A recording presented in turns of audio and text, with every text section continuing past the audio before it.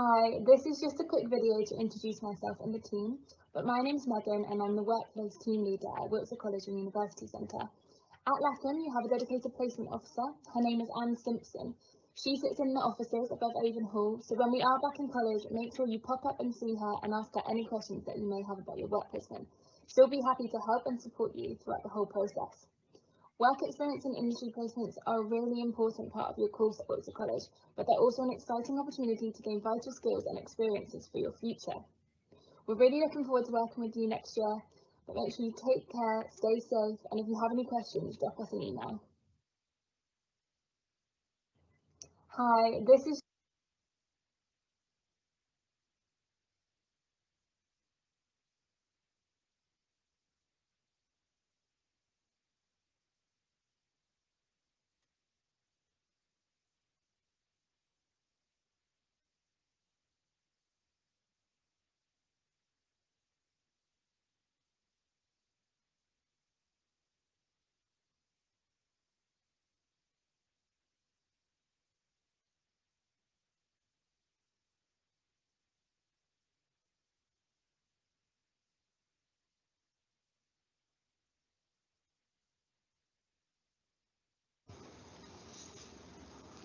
Good morning everybody, my name is Sarah Mullane and today I'm going to run you through a basic rabbit health check.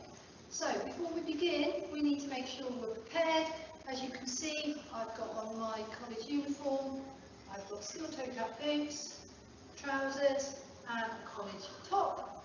I'm not wearing any jewellery, I've got a wedding ring on and a watch which is acceptable, and my hands are clean so that I don't spread any infection between the animals and myself.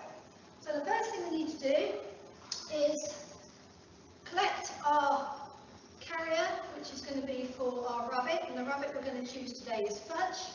Okay, so if you want to come and meet Fudge, I will catch him for you.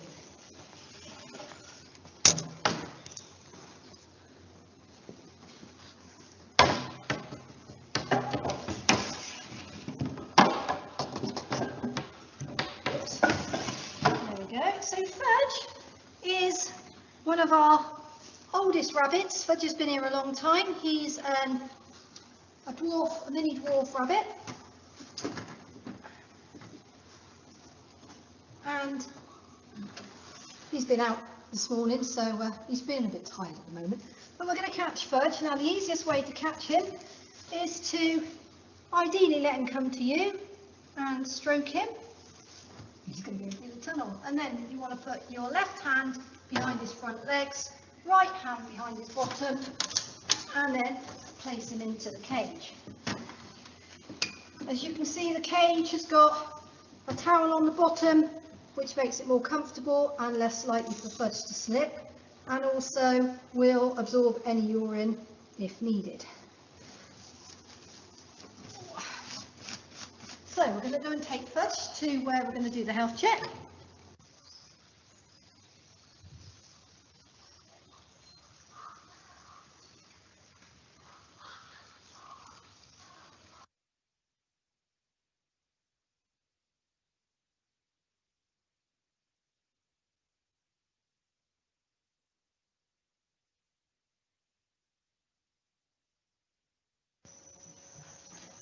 So I'm going to put Fudge on the table, and he's quite excited to be here, aren't you, Fudge? You like being here? Yeah, good boy. Okay, so I'm going to get Fudge out, give him a chance to see where he is. There we go. There we are. That's right. Just put the carrier underneath. There we are. So, that's a good boy. Okay, so we've got a little examination table and I've put a towel on it because once again it's nice and warm and comfortable for Fudge, and also will absorb any urine if needed. So, health check. Health checks are very important and part of the daily routine for whatever animal we've got at the animal centre, and also if you've got pets at home. It's really important that you know each individual animal, because they've all got their own little quirks, their own different characteristics, and the way they behave can give you a good indication of how healthy they are. Now, Fudge is quite a character. He likes playing with the towel, he likes having a nibble of me sometimes, he jumps around a little bit. He's normally quite active and quite happy. So if he wasn't, that would be an indication there may be something wrong. The other thing that I would do before I start the health check is just look at him from a distance, the overall picture, and see if there's anything obvious. So if there's any blood, if he's limping, if he's obviously in signs of pain. Okay, now like I said, he is a dwarf miniature lop, and he's quite elderly, so we need to take that into consideration when we health check him. When we do a health check on any animal, we would start from the nose and work our way logically through the tail, so we don't miss any areas. So, hello Fudgy, you alright? Hello. Alright. So he's interacting with me, he knows I'm here. The first thing I'm looking at is his nose. His nose is clean and dry and twitching. Okay. That's a bit on there, didn't I? Yes, I did. Okay. So, the next thing we're going to do, and this is a little bit tricky, is to have a look in his mouth. So what I'm going to do is I'm just going to put his gums down a little bit so I can see his teeth. If we can see the front of his teeth should meet together and should be whitish in colour. These are a little bit yellow because he's quite an old man. And also we're looking at his mucous membrane, so his gums and his tongue, which should be a good salmon pink colour, which shows he is healthy. Now he's also got a piece of grass in there as well, because like I said, he's been out on the grass this morning. If there was any chipped teeth, or if he had any saliva drooling from his mouth, or he was holding his head to one side, that might be an indication that there was a problem. The next thing we're going to do is we're going to look at his eyes. Now his eyes are on the side, so they're quite vulnerable to being damaged by twigs, long grass, things like that. So it's important that we check both eyes to make sure they're fully clear and open. Then we're going to look in his ears. So his ears, because of his breed, naturally flop down. There's not a problem there. And we're checking the inside of his ears to make sure they are clean and dry and there's no signs of mites or any tears. We're also going to have a little smell and use all of our senses to see if there was infection. If there was infection, his ears would smell, and also he may hold his head to one side. So, the other side. Thank you. Good boy. Now he's an old boy, so his ears are a little bit tatty at the top. There's a little bit lumpy bumpy, but they're old injuries. There's no blood, there's no sign of any new injuries, and his ears are lovely and clean, which is great. Okay, so the next thing we're going to do is we're going to work our way back, and we are going to check down around his shoulders, and I'm feeling for any lumps, bumps, any indication that he's sore or in pain, so he would move away. He possibly, if he was in extreme pain, would make some noise. And then we're going to go down through his legs and check his claws and his paws. So on his front paws, we've got 1, 2, 3, 4, 5 claws, and we want to make sure that they are not overgrown. And also on his paws, if I turn him round a little minute, sit him up, we want to make sure that underneath there is no hay seeds and no damage. Okay, so we need to check every single paw and every single leg. Good boy, Fudgy.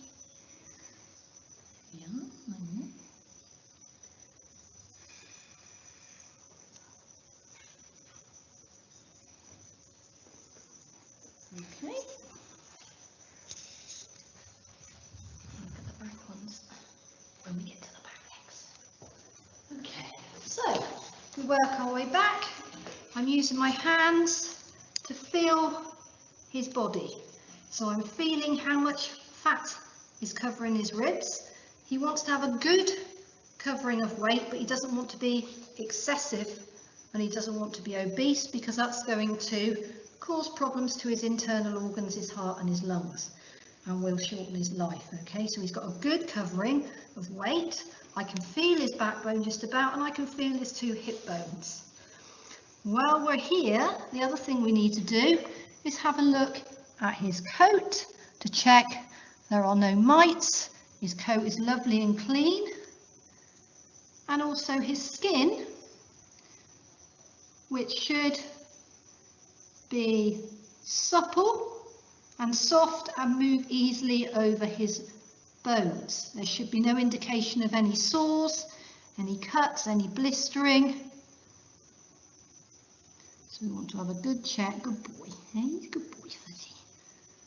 Everywhere. It's really important that we look underneath in a minute as well. So many people just look on the top of the animal and they don't look underneath. Now, towards his back end, it's a little bit tatty. You could do with a bit of a brush, bless him. Okay, like I said, he's an old rabbit, so he finds cleaning himself a little bit trickier, possibly than some of the younger ones. But that's no excuse. Okay. Right. And while we're here, we'll have a little look at his bottom to make sure his bottom's nice and clean, because particularly at this time of year with the weather getting warmer and the rabbits going out, rabbits can get what we call fly strike. So it's when flies lay their eggs around the bottom area and the genital area, and then the eggs hatch into maggots, and the maggots start to do damage to the rabbit, and it can eventually kill them. So it's really important that you check your animal's bottom and genital area. So let's go underneath a little minute and have a little look. All right. So we're having a little look under his tummy to make sure that there's no obvious sign of injury. Okay. Genitals need a little bit of cleaning up, don't they, Fudgy? Yeah. Okay, his back legs. We've got 1, 2, 3, 4 claws. Okay. That's a good boy. I'll put you back. Okay, so we have carried out a basic health check on Fudge. He's going to bite the towel now. And we started an overall visual check, and then we've gone logically through from nose through to tail. Fudge, for his age, because like I said, he's an elderly rabbit, is in good condition. He needs his genital area having a little wash, which I will do in a minute, and I'm also going to clip his back claws because they are getting a little bit long, which needs to happen so they don't become too overgrown. Okay, so you ready? Yeah. What we're going to do then is, while I go and get the clippers, I'm going to pop him back into his cage.